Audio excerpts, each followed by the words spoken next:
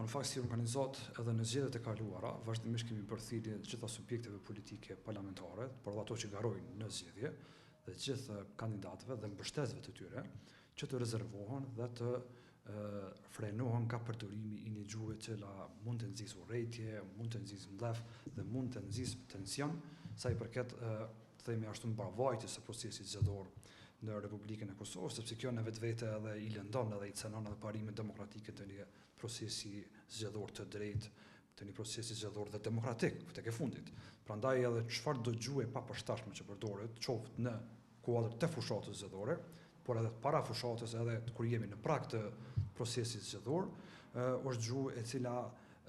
me të vërtetë mund të tensionojë situatën politike dhe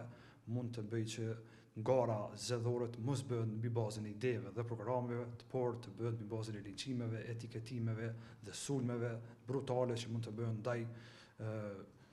një grupi të caktuar, qoftë politik që përfaqëson një entitet të caktuar, në këtë rast